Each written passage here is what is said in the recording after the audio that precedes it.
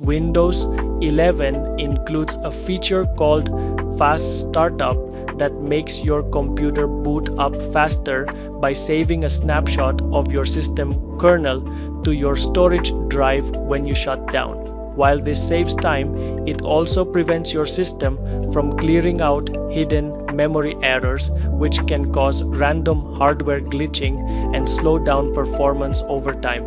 Here is how to access and control this hidden setting safely. Open your Start menu, type Control Panel in the search box bar grid, and click on the classic desktop application shortcut. Inside the main dashboard overview panel, move your cursor to the top right search entry field, type Power Options, and click into the main Power Options configuration page row. Look at the left side Navigation Settings sidebar column list. Click directly on the link row text that reads, "Choose what the power buttons do."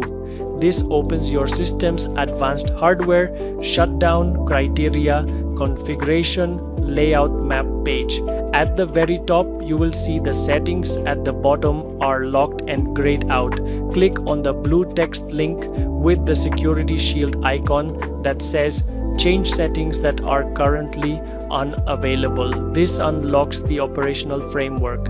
Now go down to the shutdown settings section list at the bottom and check or uncheck the box next to turn on fast startup.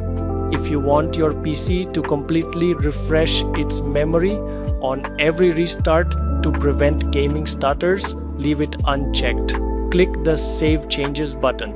If this quick fast startup adjustment guide helped you optimize your system boot cycle, please like this video and subscribe to Tech Team for more simple tech walkthroughs. See you in the next one.